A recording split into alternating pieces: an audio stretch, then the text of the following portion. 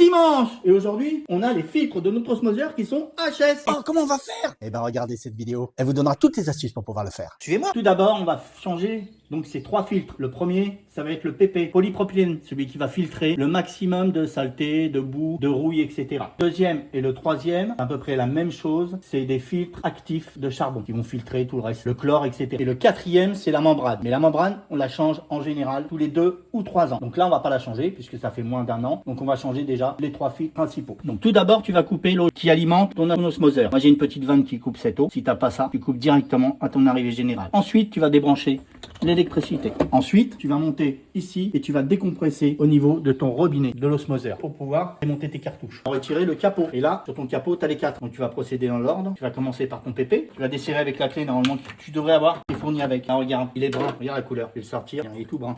Ça veut dire qu'il est bon à changer, tu vois. On va prendre le nouveau.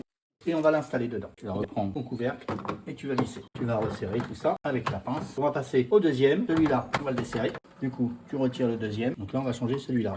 Donc celui-là, c'est celui-là. La couleur différente. On prend le nouveau, on l'installe. On fait pareil et on relisse. Je prends ta clé, on lisse correctement jusqu'au bout. On va passer donc au troisième. Donc celui-là aussi, c'est carbone. On va le retirer.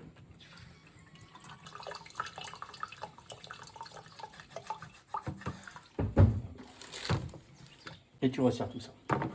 Tu prends ta clé, une lingette à fibre, tu nettoies toute l'eau. Donc là, tu as changé tes filtres. Tu remets ton capot, un petit coup de nettoyage. Tu vas réouvrir l'eau. L'eau est en train de réinjecter dedans sous pression. Tu vas rebrancher l'électricité. Et là, tu vas actionner le robinet et attendre qu'il soit sous pression. Tu vas laisser couler environ une petite minute. N'oublie pas aussi de réinitialiser l'appareil. Comme je viens de mettre ces deux-là, je vais te montrer comment faire sur cet appareil. Tu appuies et tu restes appuyé sur sélectionner. Il y a celui-là qui clignote. Tu fais 1, 2, et nous on va remettre à 0 le GTO, comme on a mis le PP, et le GAC. Ok? Pour le remettre à 0, c'est très simple. Donc je recommence. Sélectionner. 1, 2, et là je le remets reset. Regarde. Hop là. Donc je les ai changés. Là maintenant c'est réglé et c'est reparti.